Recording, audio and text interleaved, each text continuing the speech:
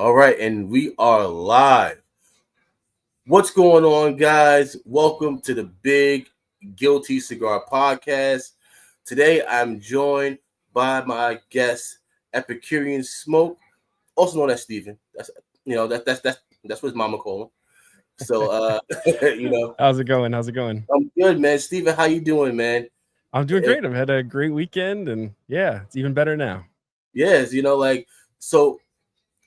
for everybody that doesn't know your channel, if you want to give just like a little, like, how'd you get into reviewing? Like, what made you want to start reviewing? So Epicurean Smokes is kind of a channel that's directed about my passion. So one of the things I like doing is trying new cigars. So we like to, check out what new brands are doing. And then also I love Cuban cigars. And so while we have a lot of reviewers who spend time on kind of the new stuff and even some of the old core line stuff, and they make lots of reviews, there's not a lot of people that are kind of doing Cuban cigar based content. And so it's selfish. Like, it's totally for me. It's a way to create a library of reviews, because as my humidor grows, I have to know what sucks and what's good. Like, what do I want to fill it with? And so reviewing, it's an easy thing for me because I was already doing it. Like, in the years before I started the channel, I would keep like a journal and write all my tasting notes and all this. And I was like, this is kind of, it's for me, but like maybe somebody else would care to watch it or learn about it. So maybe I'll just start recording what I'm writing down already. So that's what I do. So you're doing like a review of like Cubans, even though it's very hard for us to get Cubans over here. I mean, if you're in the know, it's really easy. If you're in the know, you're in the know. Yeah, which is like one of those things where it's like, like most, if you consider yourself, no, this may take a bit out of context, but if you consider yourself a real connoisseur, you at least tried at least one Cuban. Sure. Yeah. Well, like you found your way into getting your hands on at least one Cuban. Like you had a cousin go overseas, to Europe, or they actually went down to Cuba. You're like, yo, can you bring back one? Like, I really want to try one. Right. So it's like it's one of those like forbidden fruits. Well, and that's kind of how I caught the bug, so to speak. I was down in the Dominican Republic at a resort, and this must have been around 2014, 2015, right around, I guess 2015 it would have been. And it was a beautiful resort, and they had a massive walk-in humidor. And I'd been smoking for 5 or 6 years, maybe at that point. And I asked the tobacconist, he said, well, I don't know what to get, because a lot of it was like Cuban stuff. And he didn't say a word. He walked right over to the wall of Cohibas, and he pointed at a 2014 EL, and a limited edition. So that particular one is called the Robusto Supremo, and it is regarded as one of the finest Cuban cigars ever made. The 2014 Cohiba Edición Limitada Robusto Supremo, and right now they're in the range of like $350 to $450 a stick, kind of, And so I remember hearing a $20 price point at that time. Going, oof, that's a lot. And I bought 2. And I had also, when I came back through duty free, I bought some H. Upmann Magnum 46s. I bought 2 tubos. So I came back with 4 Cuban cigars, and was so excited. And I stashed them in my humidor, and I didn't touch them for the next 3 years. Wow. And I was just like, oh, well, I only have 2 of each. I don't want to, I don't know. And I end up quitting my job in 2018. And it was a celebratory occasion. It was not a bad thing. And so I was excited for the next chapter of life. And I went to hang out with a friend of mine and drink some bourbon. And I brought those 2 Robusto Supremos. And it turns out, like, I didn't know what I was doing at the time. But that 3-year time course is apparently the optimum aging for that particular cigar. Wow. So we had one of the best cigars ever made in Cuba with the optimum aging for that cigar. and this great occasion. And all of that made the most beautiful experience around a Cuban cigar I could ask for. And I caught the bug. I was like, this is better than anything I've ever had, and I want more of this. Wow. So like, like everybody talks about the Cuban aging process because they always say you have to wait 2 years, 3 years, maybe even 5 years before you can smoke a cigar. How do you feel about that? Like, because like us, like, like when we get New World cigars, it's the second we get it. If we want, we light it, we smoke it. And sometimes if it's something that's like, that's brand new and fresh, we can tell like, all right, like this needs to sit a bit longer. It hasn't aged properly yet. I'll come back to it. You're in the know. You're in the industry. Yeah. And so that when you touch something out of the AJ factory, that it was rolled probably 2 years ago. Yeah. Right? And so it's not fresh. Like it's fresh in the sense of they just shipped it to you. Exactly. Yeah. But it was aged in bale. It was probably aged post roll. It sat with the distributor for a while, and then it finally came over. And so you're smoking an aged cigar generally. And I thought this question might come up, so I grabbed the box that I just had in my recent video. And so this is a June 2024 box. And so I bought this from an intermediary. Yes. And so it left Habanos. It went to a retailer. That intermediary bought this box, got it into the country, and then I subsequently bought it. And so it has changed hands a lot, but it's only a year old. Yeah. That tells you a lot. Is like when it actually hit its first retailer, it hadn't been off the rolling table for probably just a few months. And so when you kind of compare, what we're saying about aging is essentially do the same thing you would allow a company of non-Cubans that they're already doing, right? It's already sitting for a while. Do the same thing. Just be patient with these. And then aside from that, if you know what crop years things are coming out of Cuba, there were some issues around COVID. So I find that the 2019 to 2022 crops for those cigars needed a lot more rest than stuff that's coming out 2023 and later. So this is probably good to smoke. It's out a year. And if I smoke one and I don't like them, then, or I think maybe they're a little acrid, I'll let it sit another 6 months and try it again. And that's the beauty of having a box, right? Is you can revisit it over time. So I don't, when I hear about certain things, so the one that is famous for aging is a cigar called the Por la Reñaga Petit Coronas. And the Petit Coronas from Por la Reñaga are one that are known for this like salted caramel, like caramel bomb kind of profile. And so, but they don't do this right off the rolling table. It doesn't have that profile, but it ages to that profile.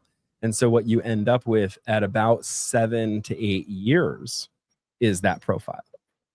And so that one is well known to kind of leave it in rest, let it sleep for a long time. And so when a lot of non-Cuban cigar smokers hear that, they're just like, that's absurd. You're buying a cabinet of 50 cigars to sit on it for almost a decade. Yeah. But what we do is we keep them in rotation. So the one I'm smoking now is ready to go, and I'm already buying the one for 8 years from now. And so it's not that I don't have a cigar to smoke now, right? So there's an aging game to this, and you have to have essentially enough money put into this, invested, that you're buying cigars for a decade from now. And that's the real game here. It's not that I'm not smoking them. I'm smoking them, but I'm smoking them from 8 years ago. I've been doing this long enough, right? Wow.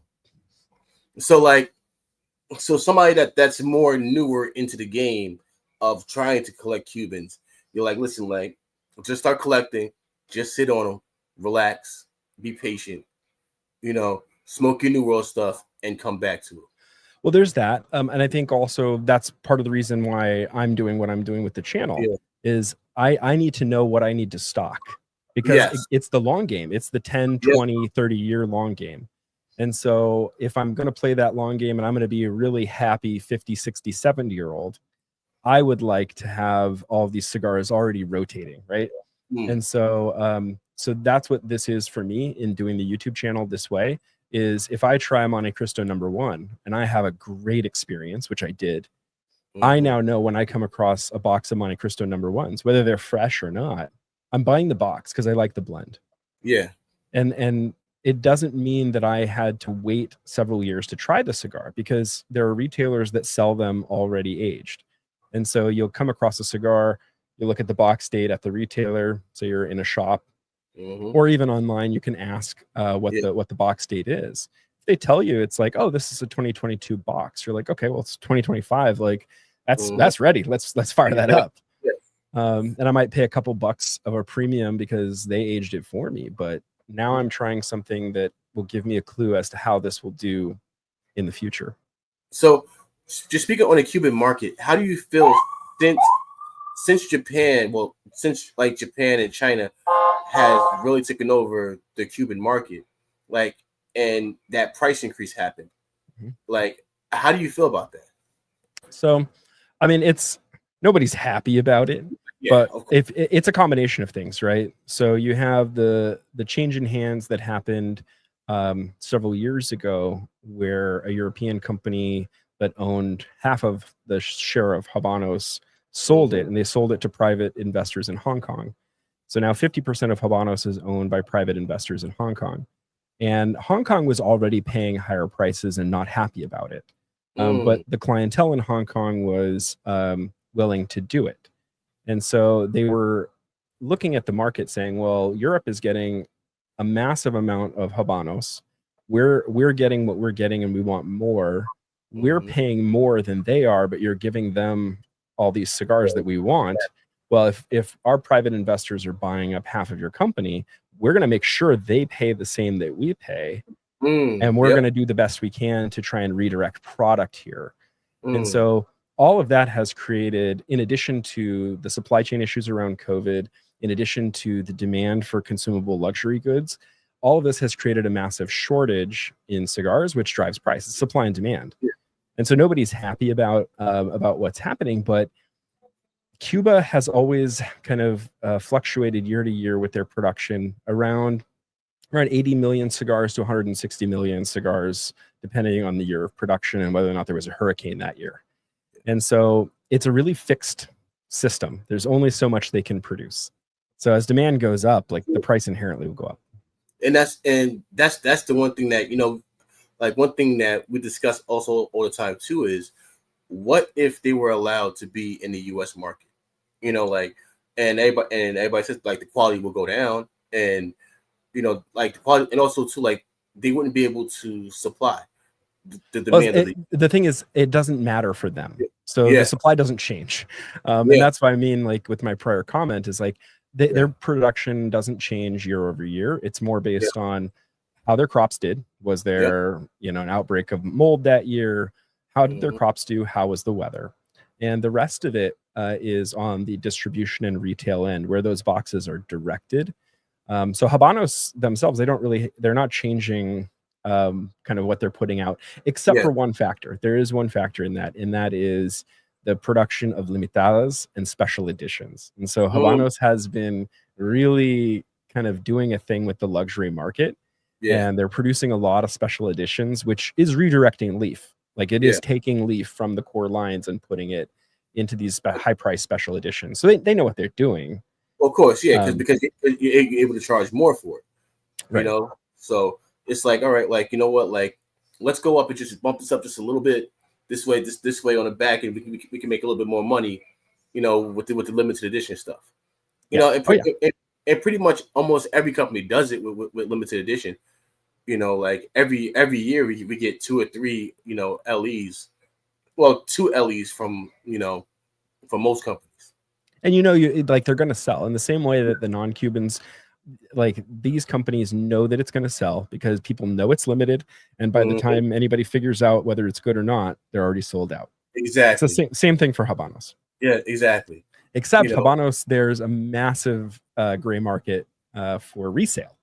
And so where there is some of that for the non-Cubans, some really special edition stuff, but the Cubans really have, because of the issues, the legal issues here in the US, there's definitely some, it becomes attractive to be a reseller.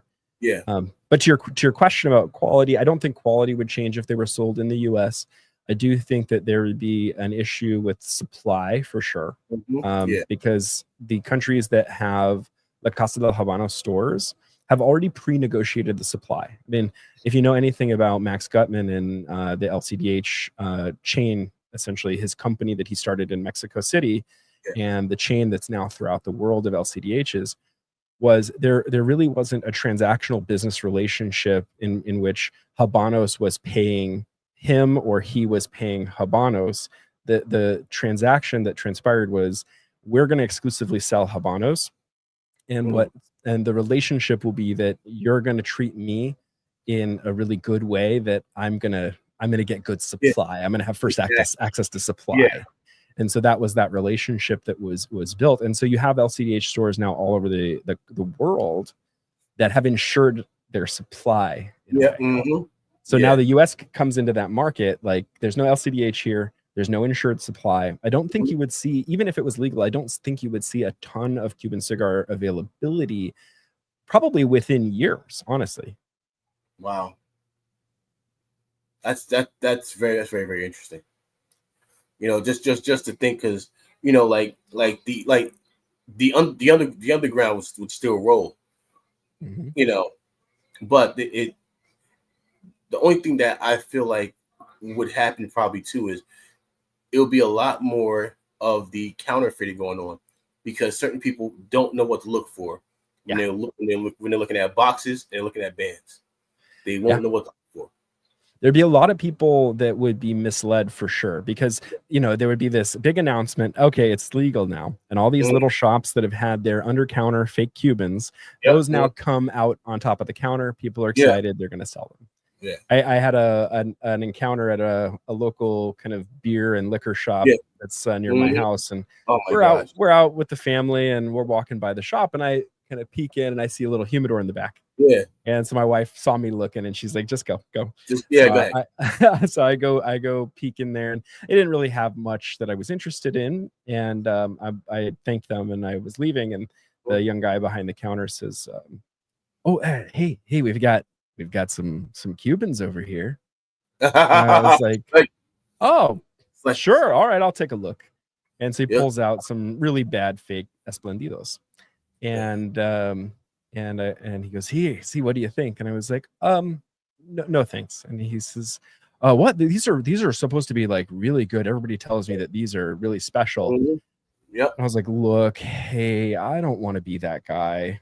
And he was like, what do you mean? And I was like, so I'm kind of a collector, and I do this a lot.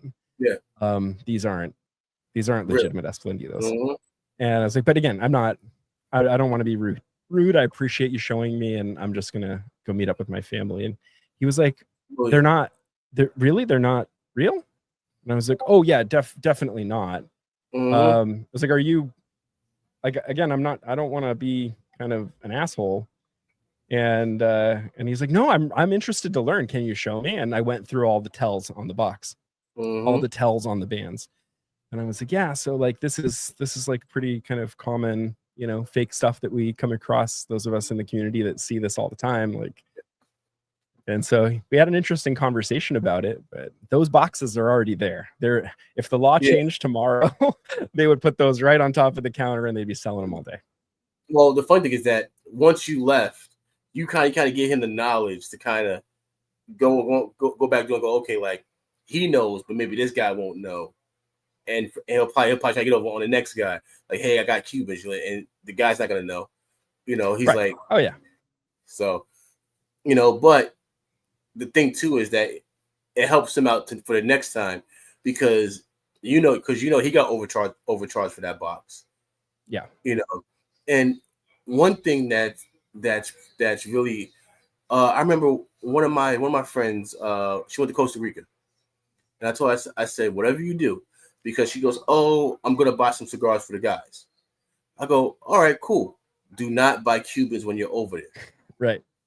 Do not buy Cubans when you're over there. I'm telling you right now, they're going to be fake. Like, just go and get some regular hand rolls.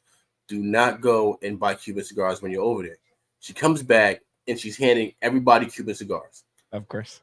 Mind you, they were in a glass case with a Cohiba sticker on it. Yep. Now it's and I'm like, yo, I told you don't do that, right? And it's me and one other guy at my job. We're like really big cigar smokers, and he goes, I told her the same thing. He's like, I took the cigars happily, but like, Sure. like I'm not gonna go and make her feel bad about it, but Right. No. but still, it's like, like if you're not a smoker, they're gonna try to get over on you. Yeah. And they're gonna try to run and like, I got these, but I got these in the back, and they'll pull out the fake, the fake box, So, what is one of those? It's really one of those things. What does Peter got to say? He's got something. Oh, listen, you couldn't pay me enough, Peter. You know what? I'm gonna leave. It's your time. You know what? I should time Peter out just for the hell of it. put him in the corner. Put him in the corner. Stuff in the corner for a little bit. Yeah. So, well, since Peter messed that up and we were having a nice Cuban conversation, but we're like 20 minutes in and we haven't even lit up our cigars yet.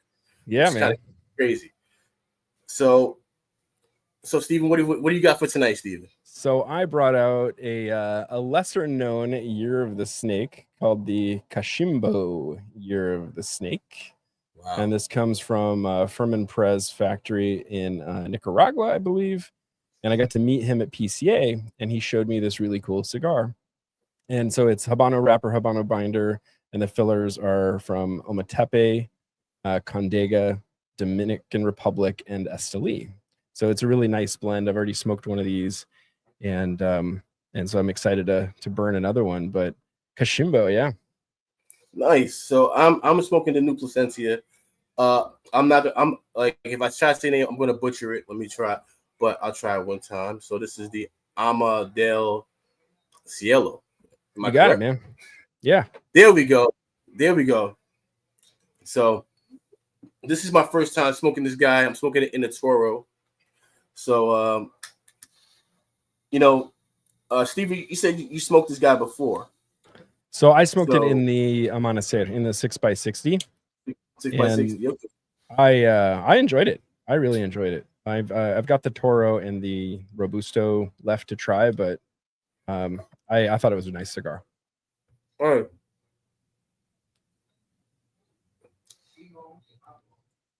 Go to hell, Edgar. Go to hell, Edgar. Nah, I think he meant that as a compliment. Like, it is better pronunciation than most. Yeah. No, he's talking about the other cigar names that I try to pronounce. Oh, okay. You think he's poking you? Yeah. Yeah, hey, Matt, you missed a lot. Like, Steve is over here dropping knowledge, dropping bombs. He's definitely dropping bombs right now. So, like, out of all your time of like smoking Cubans, like, what are some that you wish you can get your hands on again?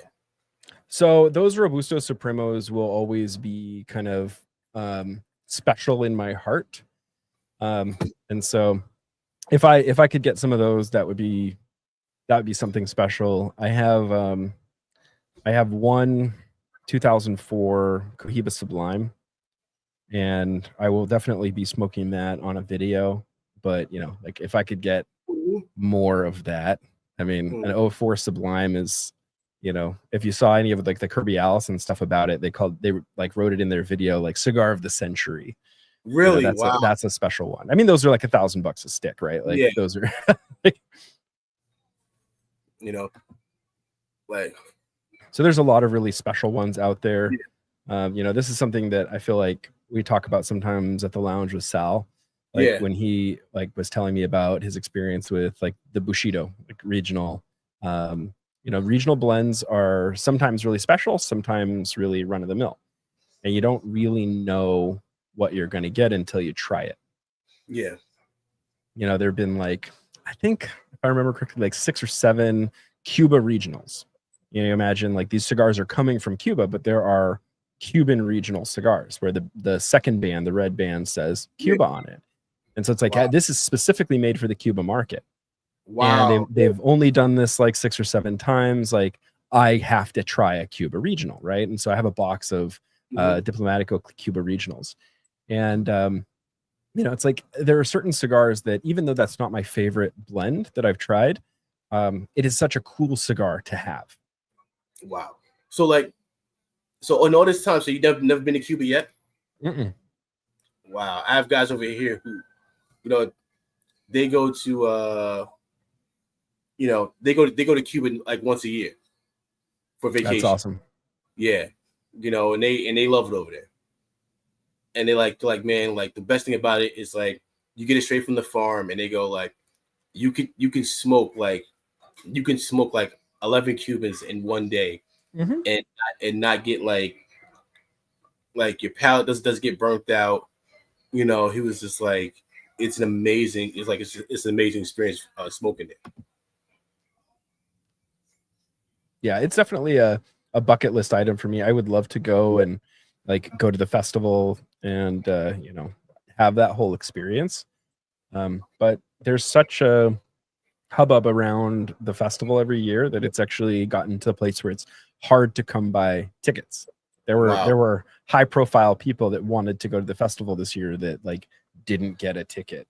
Like I watch this channel called Habano News, and I think he does some great content. And there was a run of content where he'd gone to Habanos Festival, he'd gone to Doha for the Trinidad event, he'd gone to all the Habanos events for like 2 years in different countries.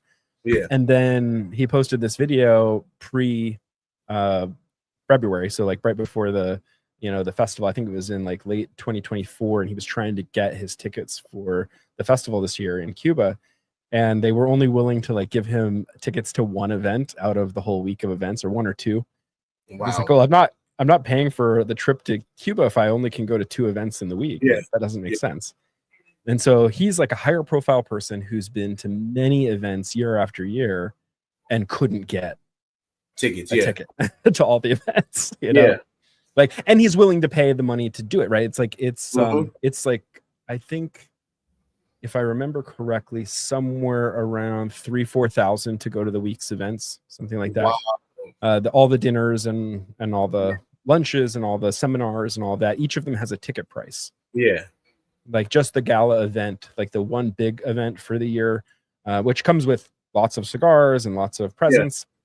Yeah. But that event, I think by itself is like $1,500 or $1,200 for the dinner, something like that. Wow. One thing that, my guys that go over there, they say that, they don't go to any of the Habano shops. They say they go right to the farms. That's the way, man. So, they say that, it's like a 2-hour trip, but while they're out there, the family feeds them, and they show them the tobacco that they're growing, and, and they talk about just their family's farm. And they love that.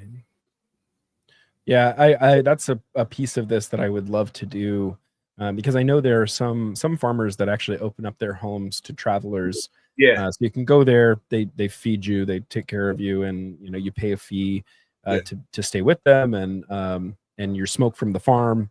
Yep. Because generally like 90% of their crop is going to Habanos, but they get to retain like 10% of those crops for their own what gets called farm rolls.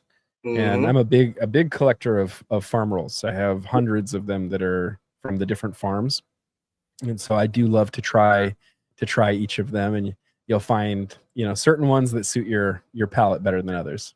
No, I was gonna say that, like, when these farmers, when they compare their stuff to like a Monte Cristo or any of the big Habanos brands, do you find it comparable? So it's like it's in a way like smoking a puro, right? So like you pick up a Nicaraguan cigar that has only Nicaraguan leaf from one region. You're going to limit even though you can change the primings, if it's a regional cigar, and I don't mean like where a lot of like Plasencia's blends will be Condega, Esteli, they'll be from all over the area. You can create nuances and blend because the soil is different. But if you're truly smoking like a single estate, like one crop cigar, you don't always get a ton of nuance. You get kind of a more consistent flavor profile. But if that flavor profile is good, then it's good, right?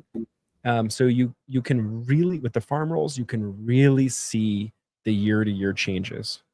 There's I've been following like the production from Papo's farms for the last since like 6 years of stuff from him, and the 2019 is like kind of lower rank for me. 2022 is mid, but 2023 on, the cigars are phenomenal.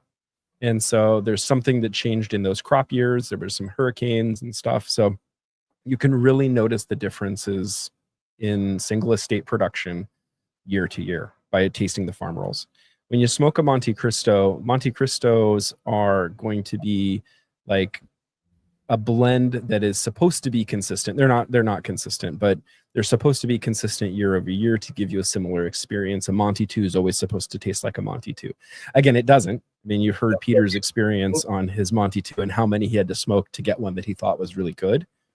But it is a game of when they hit. Yeah. And so now you're taking essentially a blend, right? You're blending from different farms to create that.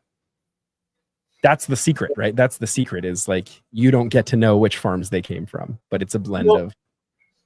And they make it, and the one thing that I always find about when they talk about Cuba is just the fact that they can have newer technology there, but we wouldn't know it. Like they can be using the same technology as in Nicaragua and Dominican Republic.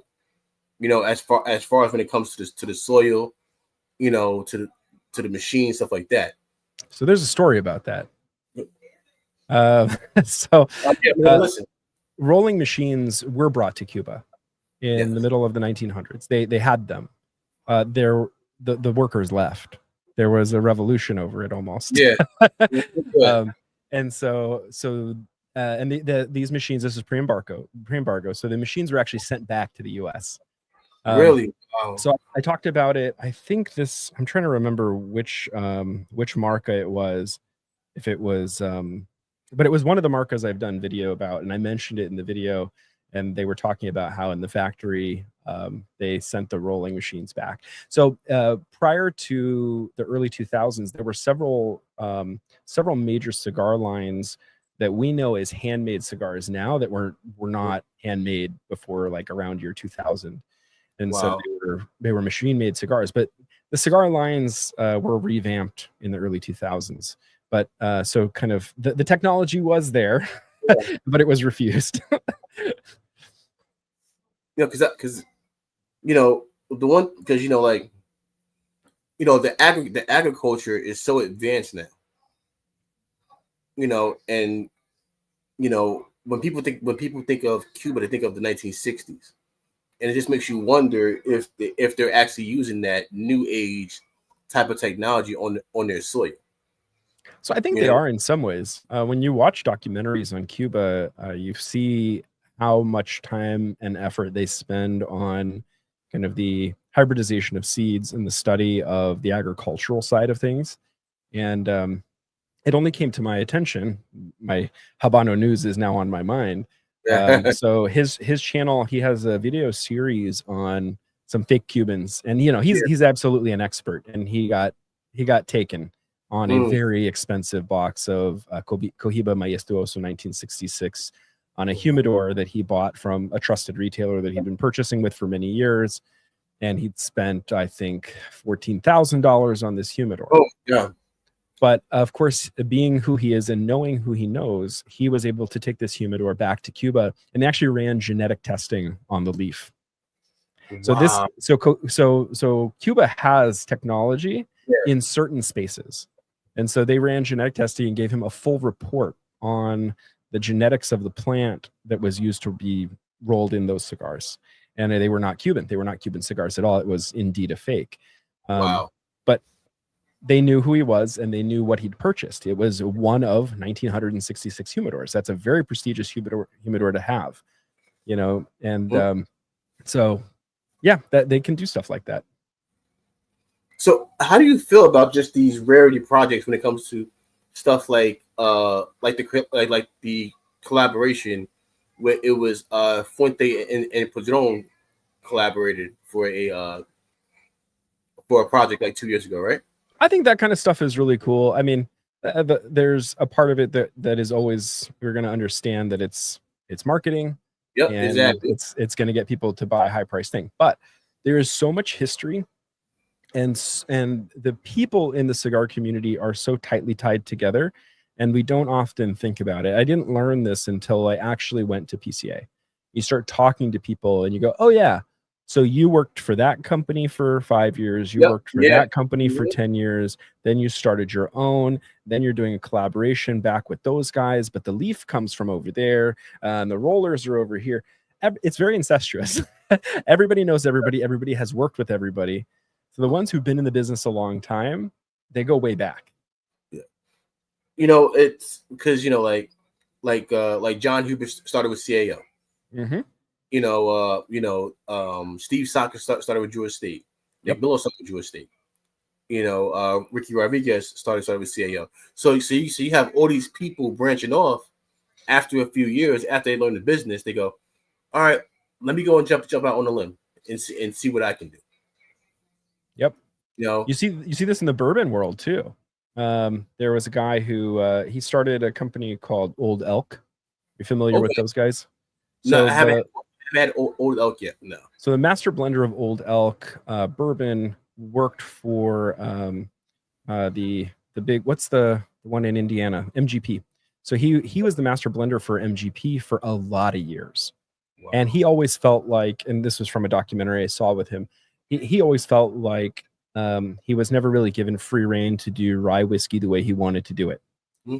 And so he left, he started Old Elk, or he became the master blender of Old Elk. I don't think he started it. I think he became the master blender of Old Elk, and then subsequently turned around and bought all of his blends that he wanted to bring with him from MGP into Old Elk. Wow. Yeah. So when you drink that, you're drinking his stuff, but you're drinking the stuff he made while he worked for a different company. And so it's kind of interesting. So now just jump into Danny. What's up, my boy? What's going on, Danny? Just jump into bourbon real quick. Now you talk about MJP, and they own a lot of companies. Yeah. So now so when a company is trying to come out with a blend, do they go to MJP and say, all right, I want this barrel, that barrel, and this barrel? Or is it they just... In a way.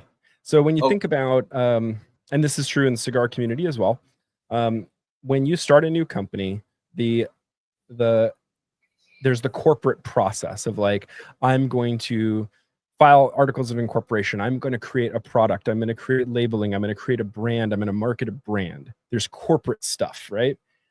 But you still have to have product. Yep. So if you're new in the industry, what do? Whether you're in cigars or whatever, is you buy product, you put your brand on it. And so when you walk around the show floor at PCA, you meet a ton of small retailers where it's that guy's stuff, but you put this guy's band on it. And so that can happen for a while in the bourbon space too, where you're starting a new brand, you've done the corporate stuff, you need some product to sell. So you go to MGP and you figure out, because MGP has all the mash bills, right? Oh, I need a 95.5 rye. I need a 90% corn bourbon. I need whatever. And they've got all the different mash bills that somebody would want. You can buy from them, and you can choose your age statement. You can just pick which one you want. And so you can do it because now you're the person who's buying this barrel. You can do whatever you want with your barrel. So you can blend your barrel with other barrels. So now you've got a bourbon that has, maybe you have to adjust the age statement for the lowest age of the barrels that you used, or you can do it as a single barrel because you bought that single barrel. You could leave it as a single. You can do whatever you want with it. And so the labeling comes down to the legal requirements for labeling that bourbon based on what you've done with it and where it's been and what's in it. But you can change that. Okay, well, I don't care that it's not a single barrel anymore. It tastes better as a blend. I'm going to blend it. So you do whatever you want. So what is your like nightly pour right now? So I was just smoking a cigar with a buddy of mine on Friday night, and I was revisiting the Jack Daniel's Bonded Rye. I'm a big fan of Jack Daniel's Rye, but I was kind of in my head going back and forth of, do I prefer this as a single barrel rye, barrel proof rye, or a bonded rye? And it depends. I'm moody. I'm a moody drinker. So if I'm smoking a stronger cigar, I'm going to up the proof. I don't have a nightly pour. I am so fickle, and I have such a selection at home. My bar, I have hundreds of bottles to choose from.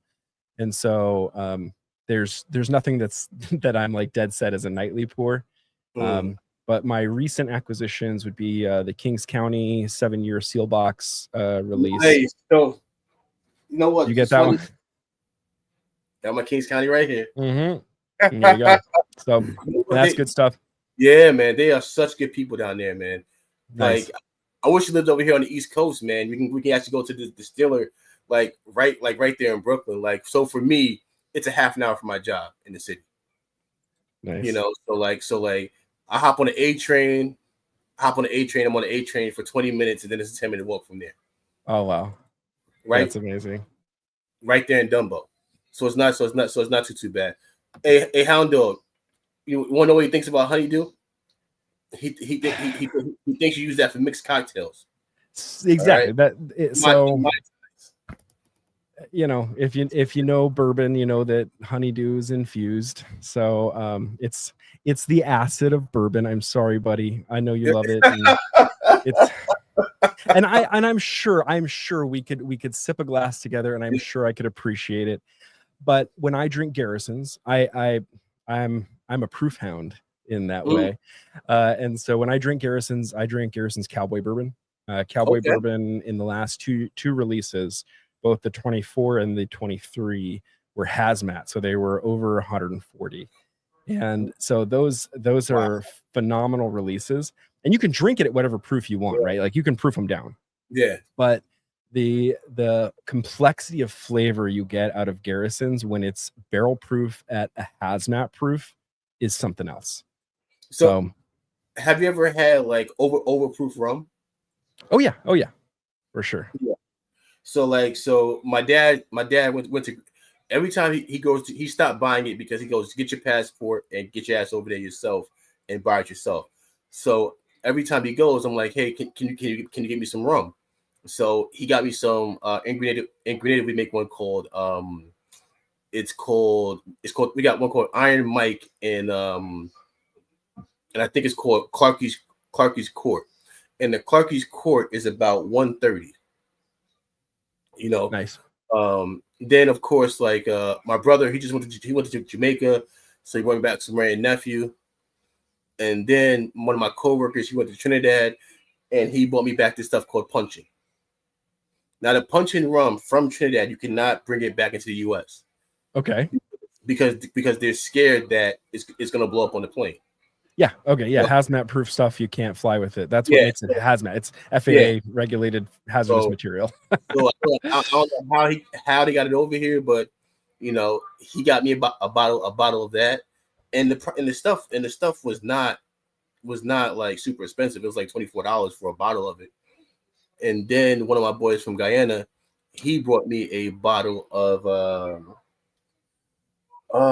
now it went blank, but Guyana makes their own rum, and he brought me back their 10-year.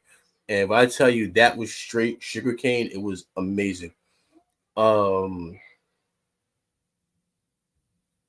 man. Nice. It's gonna eat at me now, but you know. Hey, what's up, Ange? How you doing? Yeah, so yeah, we gotta address Sal here. You want to read that? That's a question. Have you? What? You making some Pruno? You got some prison wine, a little homemade bathtub stuff.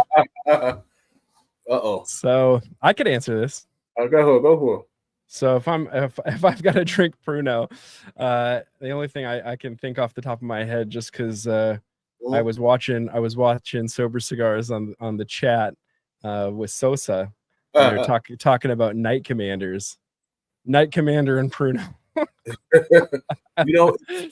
Like I'm pretty sure I can call a cousin and ask him how he make his hooch when he was in there. Like you hear about it, like you hear like you just let the oranges or whatever fruit you get just sit and sit. And some old bread from the dining hall.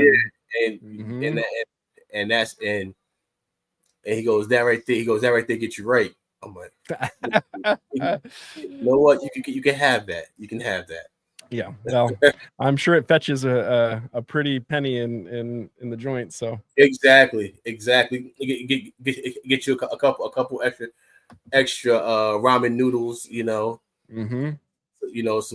Some snacks and some Twinkies, all that good stuff from commissary. Yeah. It's like I always say, like the one show that made it wasn't Scared Straight that made it so this way I would never go to jail. It was Oz. Okay. I seen like 3 episodes of Oz and I was like, nah, I'm not built for it. I am not built for it at all. Oh, sorry. Sal. Uh-oh. The Holy Grail. You know what? Honestly, like I think Matt, I think you just need something that doesn't have a big burn with it. I think you really like that. Something that's smooth and that will not burn your throat off. I think if you go on that route, then you could really start exploring, the bourbon field. I'm trying to think what would be the sweetest. I generally think that E.H. Taylor Small Batch is a pretty sweet bourbon. Not always the easiest to get. Some of the Widow Jane stuff, maybe. I've had some cognacs that are pretty sweet and don't have a big burn. Maybe not bourbon at all, huh? Yeah, it might into the cognac. It might be cognac. Yeah, if we're going that route, then I know the one because I think Matt likes vanilla, if I remember correctly. And so the one, and this is not your run of the mill stuff, but I'm Armenian and I do consider myself kind of a connoisseur of Armenian brandies. Okay. And there is a brand called Ararat, of course, for the Ararat Mountains in Armenia. And Ararat makes age-stated brandy, and they have 25-year and up offerings, but they're 25 year. It's a master blender selection called the Charles Arnivore Edition. And yes, this is regularly available in Glendale, California. So you can go get your Charles Arnivore 25-year Ararat, like sipping on vanilla. No bite. Like that. Maybe I'll bring you some next time, Matt. There you go. see, Matt, you ask and you shall receive. Oh, so time to silly straight bourbon, Dutchess Private Reserve. Nice. Okay, got some Rex there. Yeah. And Martindale. Oh, nice. Martindale cognac. One of my guys, he put me onto something called ABK 6. Yeah, ABK 6. Oh man, that stuff's good and good price too. Yeah, very good price. When he breaks that out, everybody's like, "Oh, yeah, the party about to get turned up." Which ones have you tried? So I've only tried just the regular. I haven't tried the VS. Yes, the VS. I haven't tried any of their high price stuff yet. I went off the deep end with them, and I love their distillery story because they're family owned. They're single estate production, so they grow it, they distill it, they age it. Everything is single estate, and the company is named for the owner's daughter. So their last name is Abikasis, and add some French pronunciation to that. But the father found on some instant messenger messages that his daughter would sign off as ABK6. Wow. And he thought that was really cool, like a modern take on their family name. Yeah. So he put that into their brand. So that's how ABK6 became a thing. And that's how the brand name was chosen. And so their idea was like to kind of create modern cognac for a younger audience. But their VSOP for me is kind of their easiest sipping for the price point. Because once you go to the XO, I think you get closer to around $100, like 80 to 100, depending on which XO you buy. But their stuff is consistently good. You know, I try so hard to get my family members off of Hennessy. I try my hardest. I'm like, yo, stop drinking Hennessy. I'm telling you right now. Next time we have a get together, I'm gonna go and bring some cognac that, you know, you guys can try something different. Mm-hmm. You know, so like it either has to be Douce or Hennessy. Yeah. And I'm not a Hennessy guy. I can't drink Hennessy for life of me. My dad's a Hennessy guy. Like he'll try something if you ask him to, just to be polite, but he'll go right back to Hennessy. That Henny. He goes, listen, Steven, the Henny get me right, you know? Yeah. The Henny get me right. I can't I even for his birthday a few years ago, I don't know have you tried any of the master distillers or master distiller, master blender selects that came out?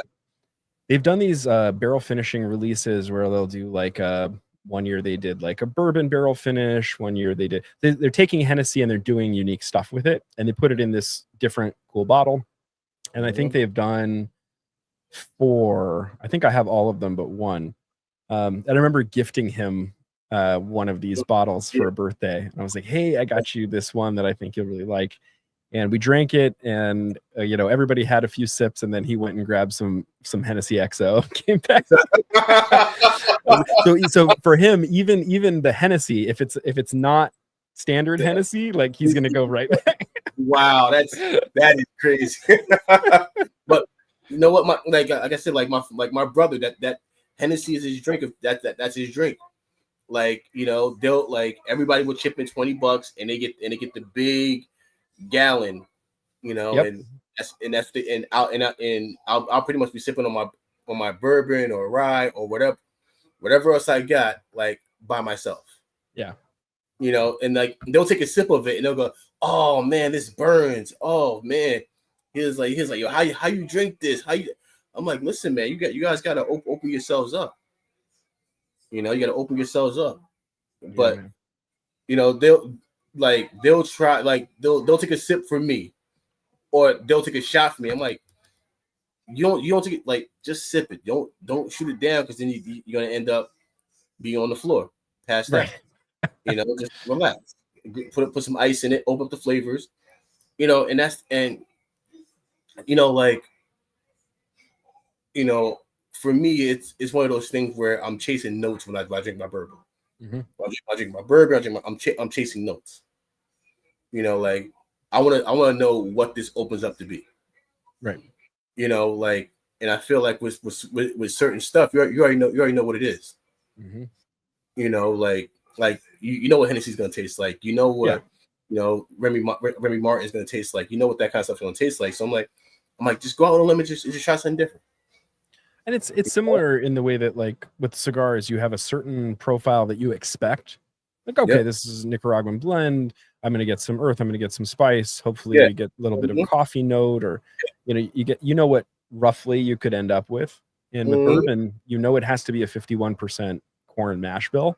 So you kind of, you know, like inherently what half of that is going to be flavored around. You know, but you know, after that sip, you go up and you're getting cherry. You're getting that. Yep. You know, you're getting that seed, like you know, for a while, like I was chasing like Buffalo. I was not Buffalo. What's it called? The one with the horse on it. Blanton's. Oh, so yeah. I was chasing Blanton's, you know, and you know, one night I go, you know what, like I'm like, my job had it. I'm like, you know what, like one night I'm gonna come here and have a drink, and when I have my drink, I'm gonna have some Blanton's. Mm-hmm. So you know, so my brother came into town and said, you know what, come by my job. We'll have a drink at my job. And I got the plant, and I'm like, and this is it's like all cedar. Like it wasn't nothing crazy. I was like, wow, like this is what all the hype's about. I wasn't going to. So yeah, Blanton's is a very good, like $50 bourbon. Yeah, you know what I mean? Exactly. Like that's before all this like bourbon boom hype, that's where it was, right? It was like 40, $50, like, and it was fine, and it was a cool bottle, and put it out at a party and whatever. But this idea that like you generally expect a product to be aligned with its pricing, and we see this a lot in the cigar market, where I'm coming back to the Night Commander because I don't like it. You pay $40 for a Night Commander and you expect you're going to have a $40 experience, and unless that's your profile, it's not going to be like that. And if that's your profile, you're going to be very happy with it, but you're still probably not going to think it's worth $40 if you're with me. But anyway, the bourbon, it's the same thing, right? Like that's a good $40 or $50 bourbon, but selling it in the $80 to $120 range and it being hard to get even at that, it's not that. And I've tried like all the Blantons, so all the international releases. Like I said, I've got hundreds of bottles at home, right? I have all of them. So I've the Japanese releases, I've got the European releases, I've got the UK high proof, the straight from the barrel. I've been through them all. And so it's Blanton's. It's Blanton's. Yeah. Like South said it's they mentioned that cigar. they mentioned cigars. So he says that Ben. Sorry, I'm just catching up with the comments, checking out the comments. No, I've been seeing Sal's comments, so like keep trying to bring it back around. Yes, exactly. Yeah. Like so, in your mind, does any New World cigar give you that Cuban experience? Depends what you mean by experience, right? Like I think in the terms they say Cubanesque. Right. So that a lot of people said that with some of the Warp cigars last year, and I smoked them and I'm like, they're good. They're fine. Yeah. But it's not Cuban, right? Like it's not that flavor profile. And I don't think you're really going to get that. But I'm constantly impressed at the more things I try. And that was one of the reasons why I like was kind of trying to keep tell everybody about like Alex Glez's cigars. Yes. Because I'd been smoking them for over a year before everybody else was kind of smoking the banded version, right? Because I've known about him since he was there was Cuban cigars that were coming under his name, and so when those came out with their unbanded release the year before, I was already buying those and smoking them, and I knew how good they were, because those first blends, the goal was to sell Nicaraguan cigars to a group of 5,000 Cuban cigar smokers. Yeah. So when he put that out, he knew what he was climbing into. He knew that he was going to say, hey, this is the Nicaraguan cigar for the Cuban lover, and we're going to release it at a price point that makes a lot more sense for you guys who smoke every day. Yeah. And so I jumped on that train and I smoked these, and I was impressed. Like nobody, I think, who smokes a lot of Cuban cigars goes, oh, that tastes like it came from El Laguito. No, it doesn't. But man, it's rolled in the style. Yeah. And it's very, very good. And it doesn't have a lot of the sharp edges that you would expect for a Nicaraguan cigar, in that he spent a lot of money in production. So he spent a lot of time aging Nicaraguan tobacco to create that. And so that kind of touches on your question earlier about like, oh, well, we don't really have to age non-Cubans. And it's like, well, if you want to do it like that, you do. And so I think that's one of the things that isn't discussed quite as much, is like what you're putting into the cigar also kind of creates that, what we sometimes say, Cubanesque experience, because the experience you're getting is that you're removing a lot of the sharp edges from that experience. You're not coming with a lot of earth and spice into these blends. And that allows you to taste a lot of the nuance. So the honey, the hay, the sweet, the cedar, what we kind of refer to as like some of these like barnyard Cuban twang notes, right? You can taste those because there's not an abundance of earth and spice in those blends by and large. Yeah, like myself. So I bought 10 of the gatos. Nice. And when I was like, wow, I'm like, this is fire. I was like, I really, and I was like, man, like I can't wait to go and actually like hand them out to people to have them try it out, to see their take on it, to make sure that like I'm not the only one that's really going and feeling this way about this cigar. So so one of my friends had it, but he had it outdoors, and we were also at a barbecue, but I really just wanted to get it in his hands and have him, experience, an Alex cigar, and and he was like, yo, this is solid. So and granted that the Gato and the Gloriosos, they were not the blends that were intended to be kind of the more Cuban of the profiles. Yeah. Those are Nicaraguan cigars, and they're for a, kind of a slightly different palate. But the what is it? Nuevo Reino, the New Kingdom, that one is really that was the torpedo, right? The Gloriosos was the torpedo. Okay. And but I tell you, the other one that comes to mind now that we're talking about kind of cigars in the market that kind of give you some of that Cuban experience, I've been very, very impressed with what Chamali is doing. So especially what's coming for their releases over the summer. And so we have, Pangu as a very, very similar profile. And of course, it should be similar to Alex's profile. They're coming from the same factory. They have a slightly different blend involving the Ligero. But and so, of course, those are very similar in experience that you're going to get out of them, very similar blends. But what they're blending into their new release, and, I don't want to kind of do too much information on that, but I've tried it, and what they're coming out with later this year is quite nearly the full experience. Really, that's pretty amazing. I have a couple of tamales here. I haven't smoked them yet. So my next cigar that I'm actually gonna buy is actually what Alex calls the white band. So I'm actually gonna buy a 10 count of those, and see if they kind of line up with the Gato, and Nice. I'm hoping to have that same experience, because Alex, he's a real good guy. He is. He speaks to us on a Discord. He gives it to us on the blender side. When he's blending what he's looking for, and I love how open he is when he's saying, like you said, like he's just now learning about more new world tobacco, right? He's like, I'm just now getting to work with new world tobacco, so now I can take that expertise that I learned from there and put it into here and see what kind of magic I can create. Yeah, and the price point is great. Yeah. Oh yeah, absolutely. I see some good comments in here. Who we got? I got to get ready. Edgar is going to be coming over. Yeah, he gets. Yep. Yeah. Yeah, man. Edgar, I do need help putting that Traeger together. It's still in my garage on the pallet, so yeah, I will take some help.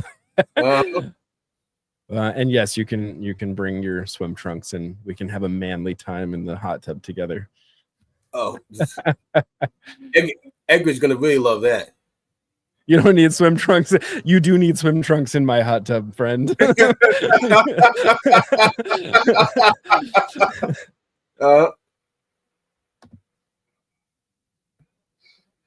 Thanks for the sub, Angela.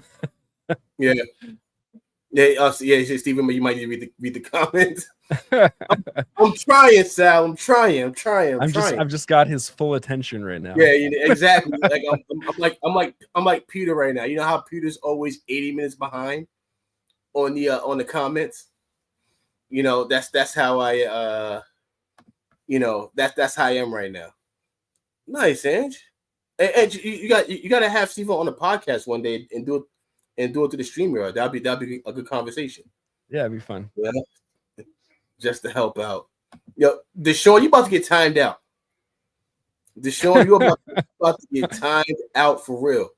I told you, leave me alone. Stop. I don't know Darshan, but I know he trolls the heck out of you guys on Avengers, and I'm here for it. Oh my! Listen, Darshan is the devil reincarnated. He is the devil reincarnated. He is anything that's bad is Darshan. You know, anything bad, he that's him. National treasure.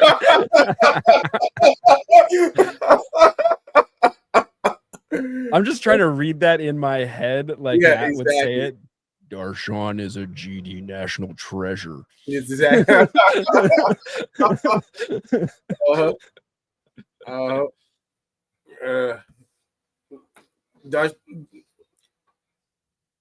Darshan, he needs to go somewhere. I understand it's 6 people. I understand, but listen, I'm trying to focus, man. I'm a man, like doing 2 things at once. Really, like I start focusing on the comments, and then I end up forgetting my questions, man. Oh my God, you definitely have yeah. Mm-hmm. That's a damn lie. That's a damn lie. Oops. Oh man, this is why I love doing podcasts, because just because of just like you're able to interact with people and honestly interact with your friends, so it's cool. Yeah, for sure. So like just going back on so far this year, like up to this point, would you have anything that will reach your top 5? Oh yeah, for sure. As American, and then we can go to the Cuban side. Oh yeah. I keep a running list, and so I'll just get my list here in front of me. Mm-hmm. Hey Sal, you can get timed out too, Sal. You can get timed out too. You should get timed out for the way your Dodgers beat up on my Yankees. So the top 5 is kind of a large part of what we've already talked about for the non-Cuban stuff. Yep. So Chamali Pangu. I had my first experiences with the Som BDX Blanc. Specifically, I like the Toro. Okay. I know I get some hate for it, but the Davidoff Winston Churchill 2025 LE, I did like that a lot. I know a lot of people didn't. Sample size of 1, but but the one I smoked was not the one from the unbanded pack. It was one I purchased from my local shop. And so I don't know if there was something, but the Atabey Delirios, and I had my first experience with the Davidoff Grand Cru Diademas Finas, the 2024 LE, and that for me is at the top. That was from Marvin. So thanks to Marvin for that one.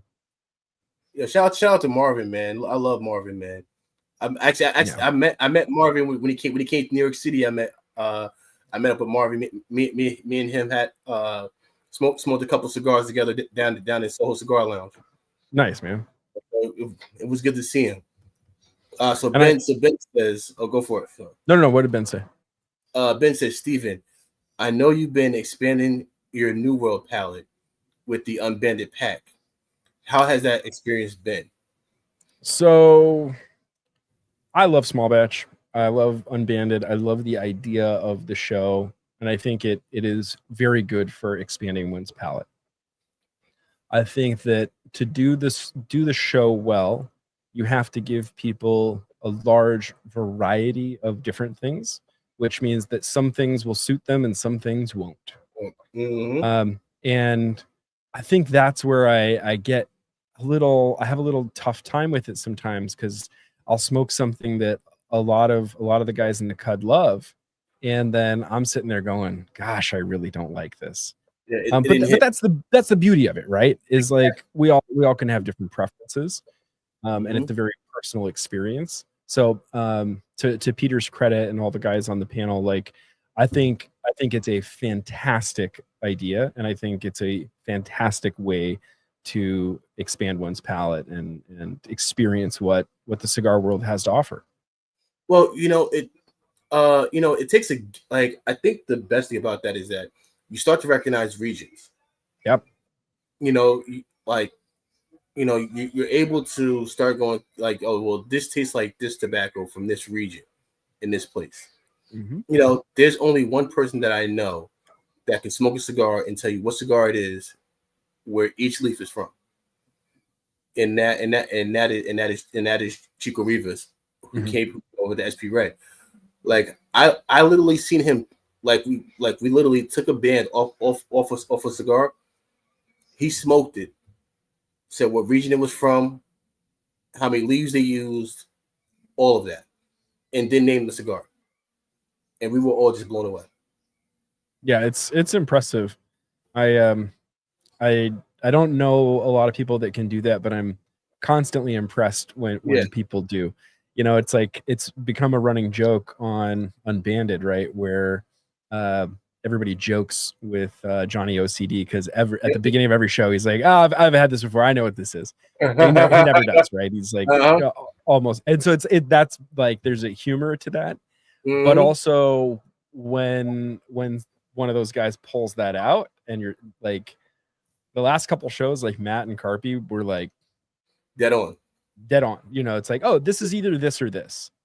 Yeah. Like they smoked that little Padron, and I'm sitting there and I just smoked the new warped X46 Corto Maduro. Mm-hmm. And then the one in the pack was a Padron, and I was like, since I just smoked the X46, I knew that's not what it was. Yeah. And so when Matt said like, oh, this is either this Padron or it's the X46, and I was like, well, it's not X46, so you just guessed it. Like that's amazing. Exactly. That's like, yeah, you can do so much based on size, but it's still an impressive level of knowledge. Mm-hmm. So Matt says Unbend also helps figure out consistency. If 80 people have widely different experiences, then that is one that may have a consistency issues, which is correct. Yeah, totally. Which is totally correct. And that can happen from time to time. Yeah. Like last night, the Conor McGregor cigar. Mm-hmm. Yeah. Every single one of us had a different experience with that cigar. Even Sal had a different experience from what I had. So we're talking about maybe 9 people who had a different experience with one cigar, and it was like all over the place. Yeah. And that doesn't mean that I won't revisit that cigar maybe 6 to 8 months from now to see if it balanced out or not, because with each puff, like flavor will come, flavor will go away. It was never consistent enough to where with each puff you're getting that same story. It's like, oh, okay, it's bitter. Oh shit, I just got caramel. Oh shit, I just got a whole heap of wood. So it's like it was one of those cigars that it just showed how inconsistent that cigar was. And this, that's not saying that it won't be consistent, maybe 6 to 8 months from now, but right now that cigar is all over the place. Yeah.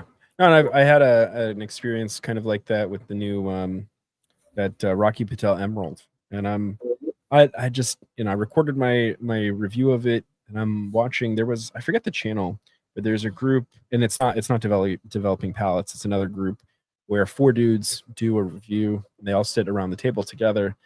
And 3 of the dudes had the same kind of experience I had, and one guy had a phenomenal experience. Chocolate fudge, delicious, great cigar for a new cigar smoker. And the rest of the guys are like, earth, spice, and menthol. What menthol? Who wants menthol? And I'm sitting there going, like, I got menthol. Like, it was like validating, but also demonstrative of the like consistency issue, right? So you have to have a bigger sample size, and Unbanded definitely has that now. Yeah. Hey Sal, like you and other people also have brought up the fact that Dion has an amazing palate to where he can literally smoke a cigar and know what region that tobacco is from. Jose Blanco could probably do the same thing. Yeah. Because he's the tobacco man. Oh, you didn't. Ah, okay. I thought that's what you were smoking last night. You know, we lit your cigar because I seen you smelling the Conor McGregor. You said it smelled like ammonia. So you Yeah. know, maybe put it away for a later date.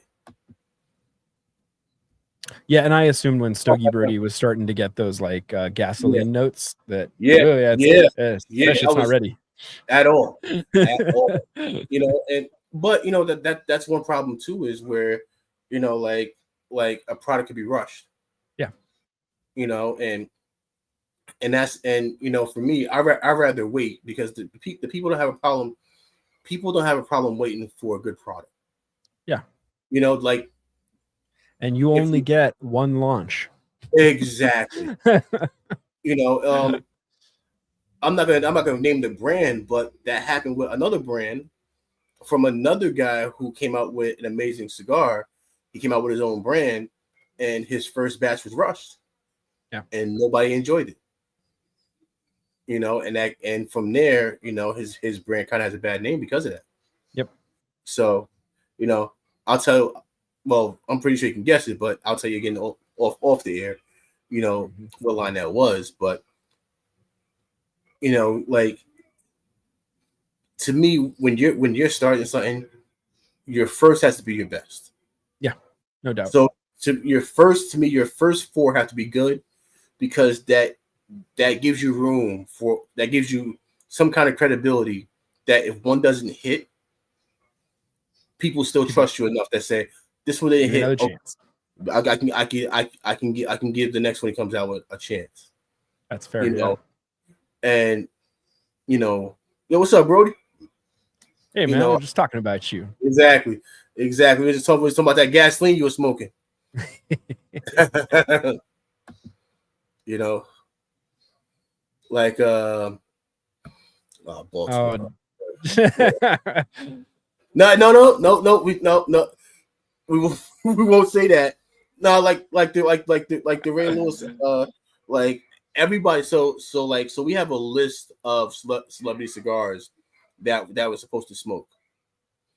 So we have Marlon Wayne's. We already smoked D Nice cigar, which was the expression. We're supposed to smoke the Big Poppy. Nice. So, you know, his Hall of Fame cigar. Oh yeah, the one from Artista.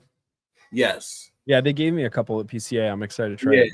So, you know, but everybody's running from it. Everybody's like, oh, I'm like, let's just get over it. You know, like let's just go. We smoke it. We do if it's bad, we suffer through it. And you know, and right now, you know, and we have a rating system.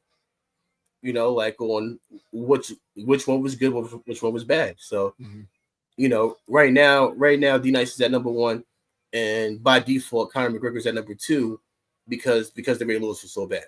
Right. So, you know, so right now we're up to three. You know, so I think we're gonna go with the Marlon Wayne cigar next, and Marlon Wayne's has two cigars. Nice. So it seems like he's trying to actually come out like with a brand. Yeah. You know, and it's kind of interesting that you know we didn't include we didn't include the knuckle sandwich because I guess since it's so mainstream, everybody knows about it already. Yeah. You can't really put that on a celebrity cigar level. And the 57 and the 56 would blow probably all of them out of the water. Exactly. So, you know, and shout out to Hector, man. Hector's my guy, man. I love Hector. You know, it's you know, it's people that like they always say so many people smoke cigars, but at the same time, like they're able to get their hands on Cubans. Yeah. So unless you're a guy, you know, you would like the Big Poppy, Deshaun. You know, what Ed Reed, we're working on it. We actually got something special in the works for the Ed Reed cigar. So just you know, give that one some time. Give that one some time. So we actually got something in the works with that one. Well, Fred got something in the works for that one. So you know, but like for instance, like John Starks has a cigar, but like I've heard, I have not heard one good thing about the John Stark cigar. So I'm like, nope, we're not doing it. We're not doing it. Like the last thing I'm gonna have is my boy get bashed.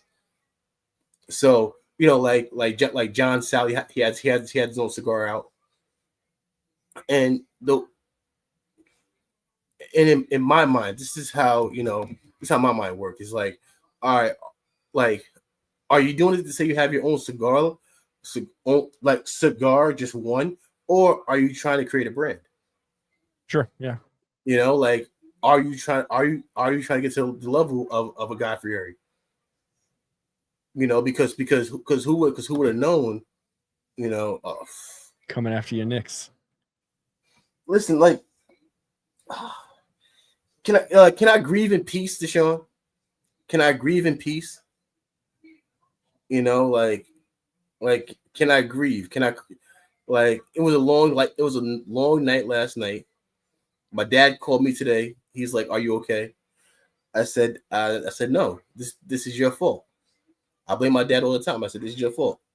Like, you made me a Knicks fan." He goes, "I gave up on them." He goes, "I gave up on them a long time ago." Oof. Yeah. He said, I gave up on them a long time ago. Come join. Well, LeBron used to stay on the couch with his steroid using ass. LeBron is stay on the couch. Like, and like when you have a guy, like, perfect example, like Marvin is in that industry. Marvin he's a cigar smoker to the point where he smokes all the New World stuff. Yeah. Oh yeah. Marvin knows very well the whole catalog of what's available. Exactly. And it's something where, like, you'll go and you'll read, like, Cigar Aficionado, and they go, "Oh, well, Steph's favorite cigar is a Bahiki 52." Mm-hmm. And you're just like, damn, like you just hope it's something that is New World that's available to everybody. Yeah. Because like, yeah, like, you have access to that. Well, we have access to it, but it's not something that not we easy. Can, yeah, not it's legal. not. Yeah, it's not legal, but at the same time, we can't smoke that cigar every day. No. So, like, sometimes I wish that they would just be like, all right, well, my go-to cigar is this one right here from this company, and it's something that's New World, Yeah, but by nature of, like, where you're seeing these athletes smoke their cigars, right? They're smoking them in celebration, and so they've hit some major milestone. They've won some great game, and they're not grabbing run of the mill. No, except for those sorry ass Oakland Raiders. I don't know if you've ever seen them on Instagram. After they win a game, they be smoking cigars.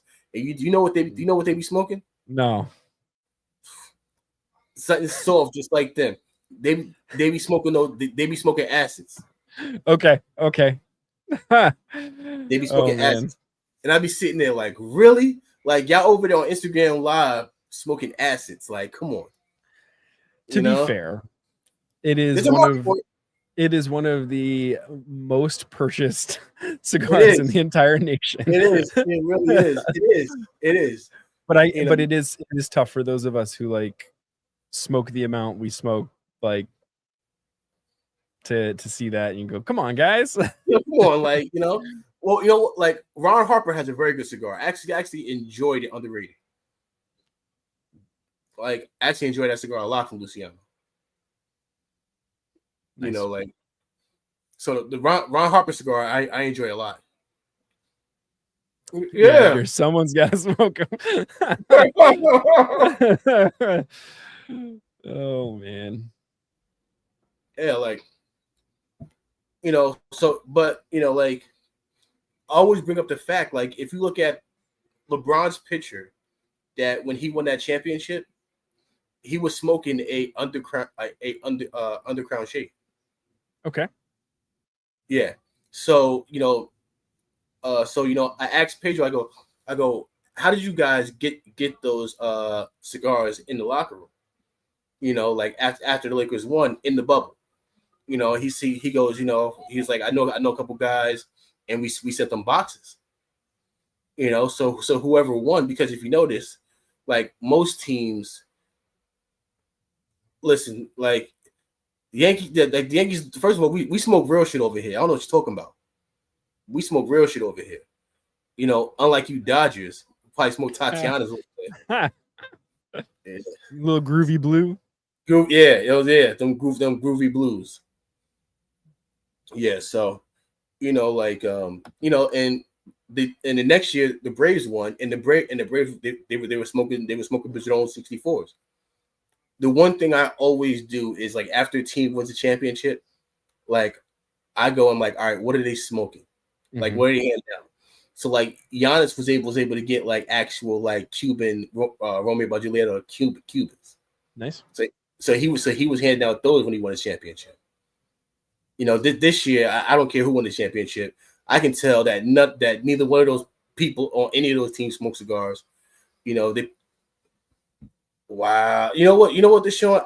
I agree with you there. Because Karl Malone is such a scumbag as a person. And I actually have one of his cigars. That's such a scumbag as a person that, you know, his cigars should go like in the trash, but you know, I'll smoke it just to smoke it,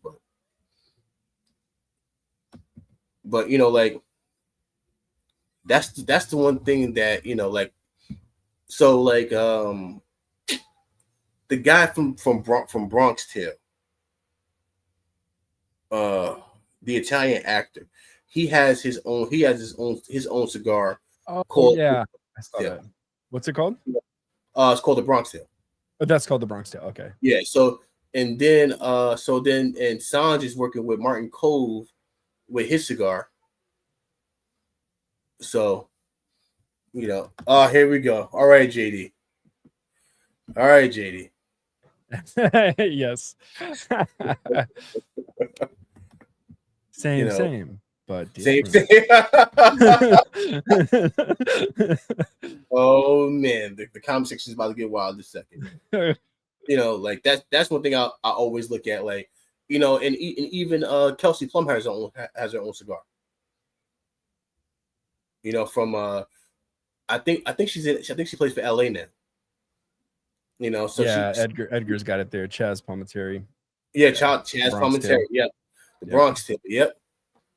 Yeah. So like, you know, so he has his own cigar, and you know, it's a lot more people, you know, going, and basically like they see a lot of people smoke cigars. They go, you know what, like, let me hop on this and see if I can, you know. Oh yeah, she's a smoker. She's a smoker.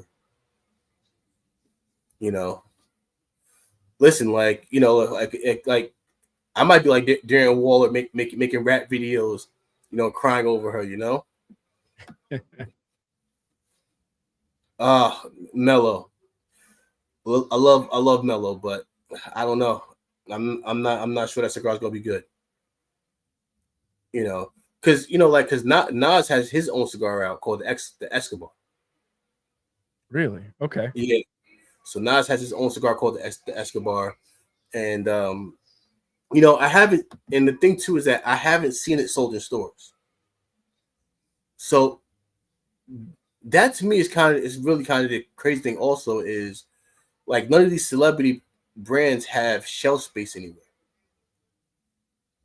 You know, so that they're not being pushed out there. Why do you think that is?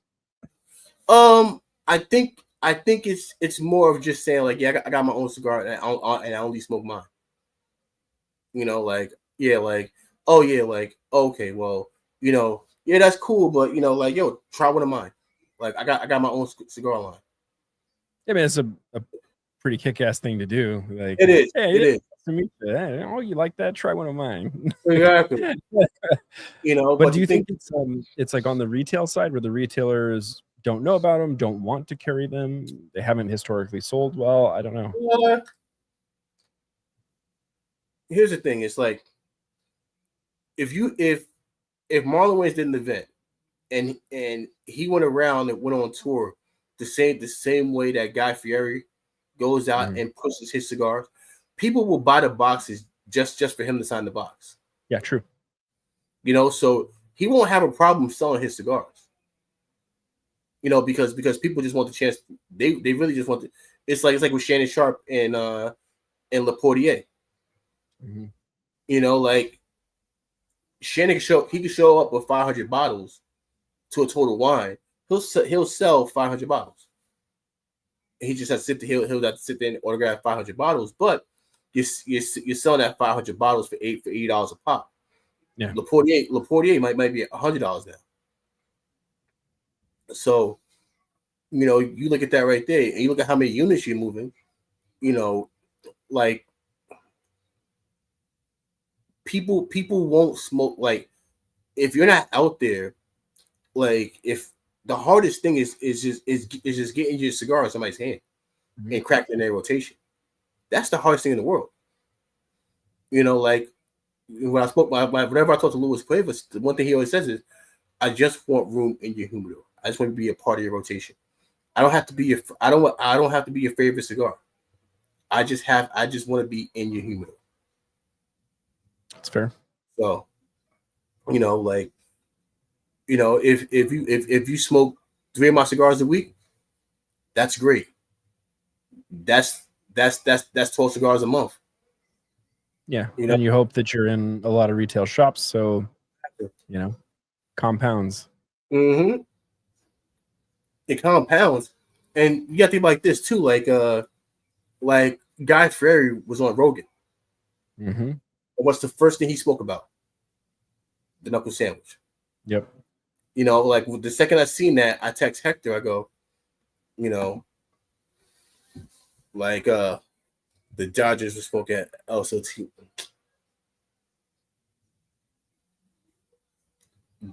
But it's not an acid. Mm-hmm.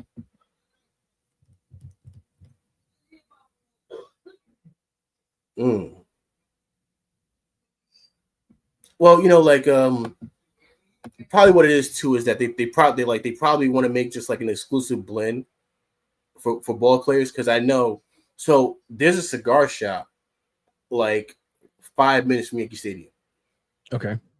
So like it's called Papa Wants. You know, so like after a game or even before, whenever, players can go there and they have like a downstairs area for VIP.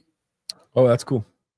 You know, so like that, like they have a downstairs area, so this way they can go and smoke in peace. You know, so you know, over here, my homegirls they have a cigar shop, but Netflix is opening a studio in Newark. They're 2 minutes away, like from the set. Wow. So, you know, when they start building that studio, they're gonna like. And I was talking to them the other day, and she was showing me. She's like, I have a back area here that once you said that, I could turn this back area into a VIP lounge where not even members can get to. Wow. And those guys can come in there, smoke their cigars, and not have to deal with the outside world. Because, you know, like it's something if a few Dodger players, like you guys are at the shop, they come in, you know, and they're sitting there just trying to have a smoke. But what's going to happen? People are slowly going to start coming over there. Mm-hmm. They're going to start coming over there, checking what they're smoking, asking them questions about. The question goes from what they're smoking to, oh wow, then it turns into baseball and trying to buddy up to them, you know. So you know, it's one of those things. So yeah, you know, and you know that's really, you know, like for me, like if like for like the cigar business will always be a handshake business. That's why, you know, like because like, you know, Carlito doesn't have to do no road work at all. His name's established, but he still does it. He's always on the road. You know, but they're always doing events because, you know, when you do events, you sell boxes. You know, you're not selling tools, you're selling boxes.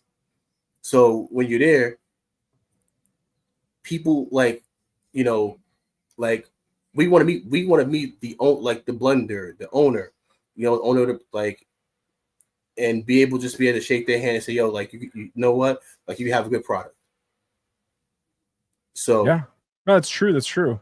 I mean, even in my own experience recently, like I went to PCA, I got to talk to, a lot of brand owners, but recently it was like me, Edgar, Sal, and Hugo. Like a bunch of us went to meet Michael Herklotz at a local shop in LA, and it's like, oh, like I got to go see the Ferry Otego booth and meet everybody. Exactly. But it's a different feel at a shop. And I smoked my first Elegancia with Herklotz. Yeah, exactly. So it's a whole. And then we experience. ate a slice of pizza. Like, yeah, it's an unbeatable experience for me on the consumer side to go like, I will never forget that cigar. Exactly. Because I won't forget that experience. Yeah.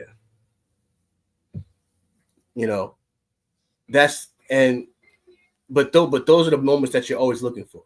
Like I remember I came into there was a few Robert Caldwell came into the shop one day, and Sans wasn't there, so I had to go and entertain Robert Caldwell while Sans was out. And we sat there and we didn't talk cigars at all. Yeah. We spoke about New York about New York street food. Nice. Yeah. Jose Blanco comes in, but he just starts talking tobacco like crazy. It was that right there was up there in like top 5 moments. Wow. Definitely up there. That's amazing. And then being able to meet Ernesto, and sitting and talking to him and then he wanted my opinion as a consumer. What do you look for? Like marketing, this and that, he just wanted to know the consumer side of things. What are you looking for on the consumer side of things? And Matt, yes, no, actually, I'm not gonna buy the Switch 2. I am an Xbox guy. I might buy it for my younger son. But I'm an Xbox guy. My oldest son is a PlayStation guy, and the younger one, he wants every system possible. So nice. he just got his Xbox, and now I'll probably end up getting him the Switch too. So that's cool.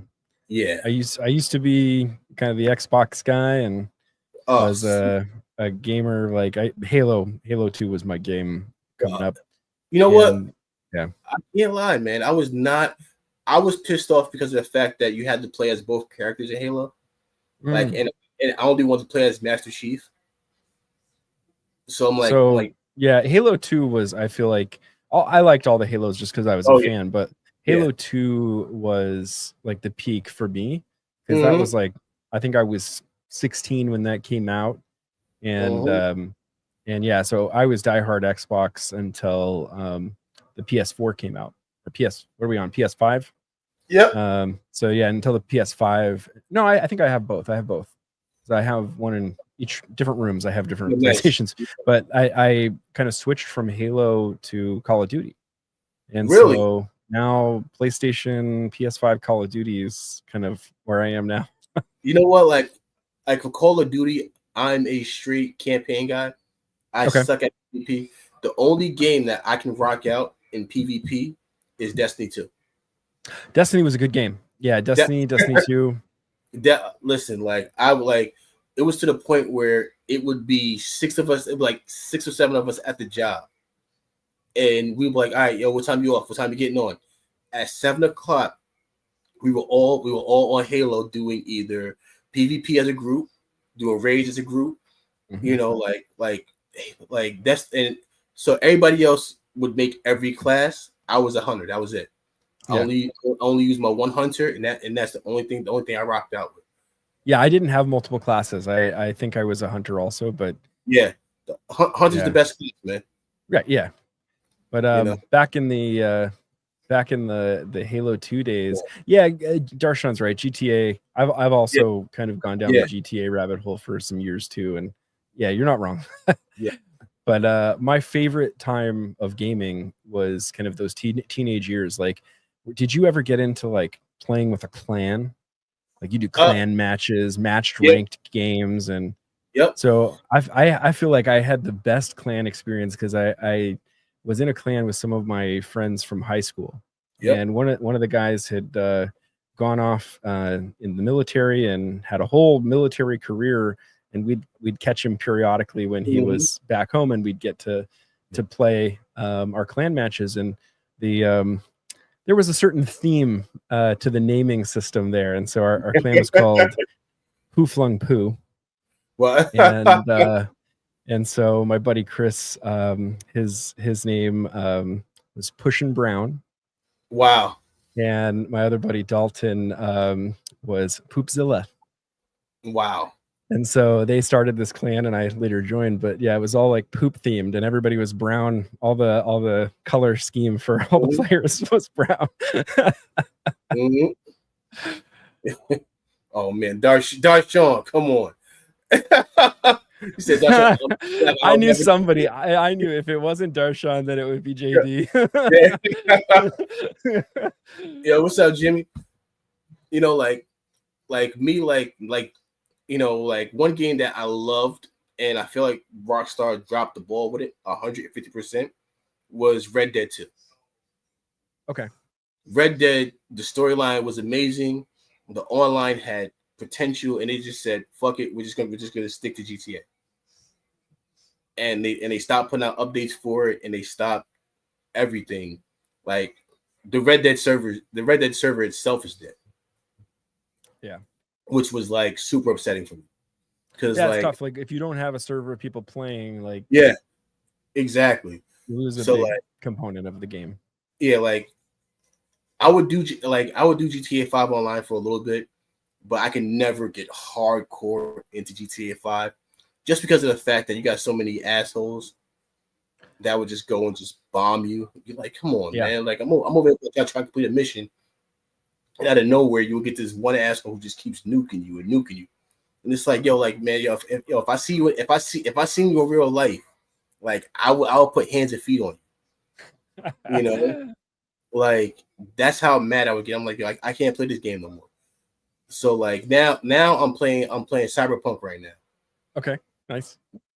Which had potential to be great, but they rushed it and it came out 50 million bugs.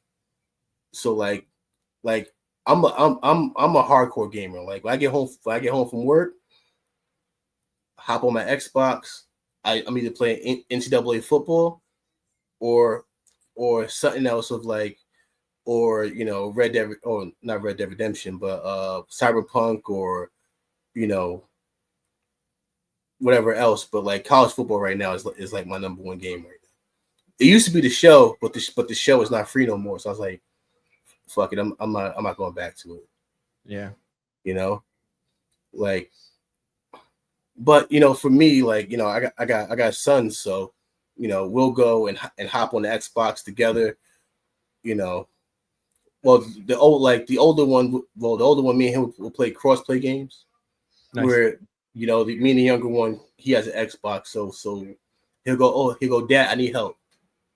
Mm-hmm. And then like I'll go and put on my Superman cape and help him out. So, how did you do that? Yeah, man, listen, like I will tell you this though, like the worst feeling ever was like the first time I ever lost to my son in any game. Yeah, that's like, a milestone right there. Yeah, please, like, so like we go to war in WWE 2K. So like wrestling games, we go to war. Like the day he gets here, we hook it up. I give him like a day to learn the system, and from then on, it's like it's war. Like we don't talk, like nobody talks, and we're just like hardcore into it. Like nice. I was trying to get them into Street Fighter, but they can't get into Street Fighter. Like I remember one time, like my son was getting at work in Mortal Kombat, and I'm like, yo, give me the controller. And I beat his son. Like I beat his friend. And his friend goes, how'd you beat me? You never beat me. And he goes, nah. He goes, nah, that's my dad. That's funny. He goes, I go, and I'm like, tell him, I've been playing this game before he was born. Right. You know, like I'm a professional. I'm God level at this. You know, like it's pretty funny. At one point when Street Fighter 6 first came out, I was actually gonna like play it, learn the system, and actually like enter tournaments and see if I can actually hold my own. Nice. Yeah. Yeah, I definitely did. I did one Halo tournament when I was in college, and I won. Tournaments are fun. Yeah. For sure. But I feel like our kids probably don't know yet, like what our retirement and aging is going to look like. Yeah, Like, exactly. it's most likely going to be some mixture of cigars, whatever kind of music we liked when we were coming up, and video games. Yeah, video like games. Nursing homes are going to be full of video games. Yeah, that's it. Cigars, drinks, and video games, and 60-year-old men fighting like they're 14-year-old. It's going to be a party. Oh yeah. You know, it's amazing because you know you know, one thing that I always try to find things to bond with them. So we bond over video games, we bond over anime. Mm-hmm.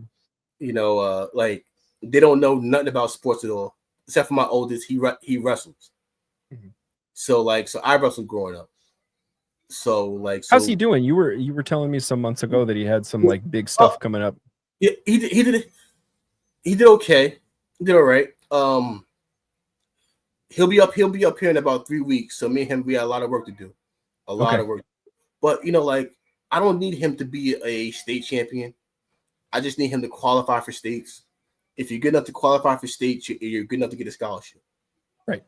Yeah. You know, so like, you know, the goal is just, and then on top of that, I'm like, listen, if you qualify for states, you pass me. You know, like I didn't like I was supposed to qualify for states and it didn't happen for me. But you know, like you put the work in, like you know, like I pay, like he goes to a camp every he goes to a camp twice a week. Oh wow. Okay. Yeah. Cool. So, you know, it's one of those things where it's like wrestling is a all year round sport. Yeah. You know, and it's little things that I really want to work with him on as far as his stance, his technique. You know, I need him to be more aggressive and you know, because every match that he has, I watch. And you know, and I go over every match with him, and I'm like, "This is what you did wrong," and then he'll go up and he'll do the same thing again, and I'm like, "You keep doing the same exact thing over and over," and that's the one thing that really sucks for me is that he doesn't live here. Okay. So you know, like if he lived here, it'll be much different because every night I can get my hands on it. You know, every night we'll be in here just going over technique, going over, you know, and the best thing about it is that he loves it. It's not something to the point where he gets burnt out from, because like he's addicted to it. Yeah. You know, because like with wrestling, like you're like it's a lifestyle. It's a lifestyle, yes. No, I get it. I get it. Oh and my God. Darshan's gonna be like, yeah, for real. Yeah. First of all, Darshan is gonna be spending his whole retirement check on singles. he gonna be the creepy old man saying, "Can you grab that for me?" and watching them bend over. He's gonna be making it rain multivitamins and blood pressure pills. Exactly. Don't want up Flintstone vitamins. You know, the funny thing about that is that like I don't see those no more, the Flintstone vitamins. Yeah, I don't know. You know? Are they still around? I don't know. I don't know. Like the Flintstone vitamins, man. Like we loved them because they had the Flintstone your character on them, but they were nasty as hell. Oh yeah, they're still around. I just like did a little Google search. You can buy them. Oh, they're all over. Yeah. Wow, that's awesome. And they got the chewable. Yeah, it's still the same. Yep. Darshawn, you said you can't be giving my secrets out like that. He's gonna be like shaking a pill bottle at the ladies passing by. You need some ibuprofen, baby? I got you. No. He's like, isn't it time for my bath now? It's like it's shower time, right? It's like you gotta scrub me down, man. Shoot. A little sponge bath action. Yeah, exactly. A little sponge bath. Oh man. They just saw you chasing all the nurses and all the other nursing home residents, and then you're gonna play like you can't do it yourself. No, I can't reach. Sorry. You know, Darshawn's like, now you can scrub that area again. Not deeper. You gotta really get in there. I don't want to get a rash. Exactly. You know, knowing Darshawn, he probably gonna have Viagra in Cialis and be popping them before his bath. Yes, it still work, baby. It still work. I'm just saying, it still work. You're a nasty boy, Darshawn. I plead the fifth. Oh my God! Oh, insane. Mm-mm. Oh man, but we're almost at 2 hours. Oh, go for it. We are. Oh yeah, we are. Yeah. No, I was just gonna say, man, it's like when they get to that age, those of us that were lucky enough to survive that long, the women outnumber the old men by quite a lot. So, you want to hear a crazy stat? Like apparently, like STDs are like rampant. Oh, they are. That's insane. It's not your run of the mill, like, you know, the youngins come in with the chlamydia and the gonorrhea. But the old fogies are bringing back syphilis. Like, it's real deal STDs. Oh, can you imagine having to explain to your kid, like, Dad, what's wrong? I caught syphilis. What are you doing in here? What are you doing? It's putting in work. Yeah. That's how Grandpa threw out his back. Exactly. You know, how come grandma never want to come home? Grandma in there getting her groove on. She got 5 different boyfriends. That's why. Exactly. Oh, Jesus, my God. 8 and above, no love. Oh my God, man! I think Darshawn needs to get tested. Yo, knowing Darshawn probably got kids he don't know about out there. That's Darshawn's. Darshawn probably got like 80 kids out there and don't claim none of them. It's the most expensive STD. Mm-hmm. I am a living testament to that. Listen, I have a Davidoff auto over there. Okay. Oh wow. For when my oldest son graduates, that's when it's getting lit. Because that's my last child support payment. Oh, very nice. Okay. Yeah, that's a milestone. Yeah. That right there. Everybody knows that Davidoff is getting smoked for his lap, because I'm gonna be sitting there loving it. Yeah. You know, it's gonna be finally, you know, that money will go. Well, you know, you never stop being a dad, but you know, like it's nice to know that, you know, every week I'm not getting hit in the head every week. Like, it's like, hey Dad, I need a few bucks. All right, here. Like, hey Dad, I got a date. You might help me out? Okay. Which I already do, because he'll call, like, well, he doesn't have a girlfriend now, but he had a girlfriend for like a year. He'll call me like every 2 weeks. Hey, I'm going to the movies. Hey, I'm taking her to Applebee's. And I'm like, oh my God. I'm like, dude, you getting pretty expensive now, man. What's going on here? You know, like, you know, like whatever happens to, like, back in the day when we just chill on the porch and get a slice of pizza. Mm-hmm. You know, like a date used to be you take your girlfriend out to the pizza shop. Yeah. Now, I mean, you know, I'm grew up in California, still live in California, and so like beach dates were pretty popular, especially if you had a car. Like, you go down to the beach, you know, whatever at the beach, like easy free dates. Yeah. You know, like for me, like you could take a chick out to pizza, you know, like like you go to Burger King or McDonald's. Now they're like, oh, well, she wants to go to Red Lobster. She wants to go to the Cheesecake Factory, and I'm and it's to the point where I go ask your grandfather. Ask your grandfather. Gotta take that to a different generation. Yeah, like ask your grandfather for the money. Well, oh my god, Darshawn. You are Satan reincarnated, man. What's your alternate name, Darshawn? I guarantee you it's gonna be like Ricky or Terrence, something that they wouldn't even think of. Oh my god, awful human being, that guy. Yeah, but entertaining. Yep. Oh my, Devon, but Darsh, that's too close. That's too close.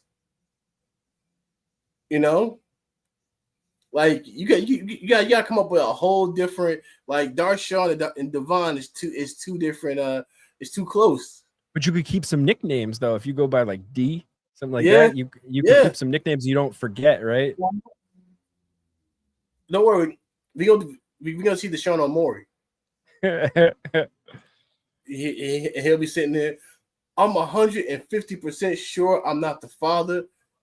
He's like, Maury, I met her. I met her at a Waffle House. At a Waffle House. Domingo. Oh, fucking Edgar. Oh man. Listen, at one point you like, when you meet chicks, you gotta give them the fake name, like, because your friend is dating her friend, but you don't want to give her your real name, so this way she can't go and say, oh, like, what happened to your boy such and such? No. Don't give her my real name. Or you give a fake job. Have you ever come across that? I had a buddy who he did not prep me. We were out at a bar, and he didn't tell me what his fake story was going to be for that night. I'm trying to be the good wingman. Oh, and this girl comes up and she's like, oh, I really like your friend. He's so cool, this and that. And I was like, yeah, me and him go to school together. And she's like, what? School? I was like, well, and then she let it slip that he said he was a neurosurgeon. This motherfucker said neurosurgeon. And I was like, oh, I did the wingman thing. I said, no, he is. We're his students. We're in school, and so we're lucky enough to be working with him. And I'm thinking, well, I'm fucked for the night, but he's set. But he went through the stratosphere. He did. Say you're an accountant or something simple. Like he said, a neurosurgeon. God damn. He knew that girl was going to be out of town within the next, like, I think she had like 36 hours left in town. Oh, and so he just went for it. He's like, I'm never going to see her again. Mm-hmm. God, Sean, you're a nasty creature. He says, now I'm looking at grandmas with Social Security checks. There's a whole bunch of like reels about that where like the dude gets a phone call and it's like, old lady voice. Like, you want your PS5? You want your PS5? You better come over and give Granny some. Uh-huh. Oh my! I told the girl I was on the practice squad of Cleveland. God damn! You know what? It's pretty funny. Like, I actually seen that on an episode of like Paternity Court, and the guy was like, she was like, he said he played for such and such team, and it's Sunday, and he lay in the bed with me, and he watching the team play, and he go. And she go, ain't you supposed to be there? And he was like, nah, I'm gonna practice squad. Like, yeah, wow, that's funny. Darshawn, you are a wicked creature. You are a wicked creature. But we at the 2 hour mark. Steven, this is your first time, but it cannot be the last time. All right. Yeah. Well, how'd you enjoy the experience? Yeah, it's fun. It's fun. We're just shooting the breeze. Shooting the breeze, man. Yeah, you know, you drop some knowledge to the people. You know, you drop some knowledge and you had a good time, man. So you motherfuckers know the vibes already. Tell a friend to tell a motherfucking friend. Until next time, the Big Guilty Cigar Podcast. We out of here. Yeah. And nope, hold up. Nope, wrong thing. There we go. I was about to end the stream.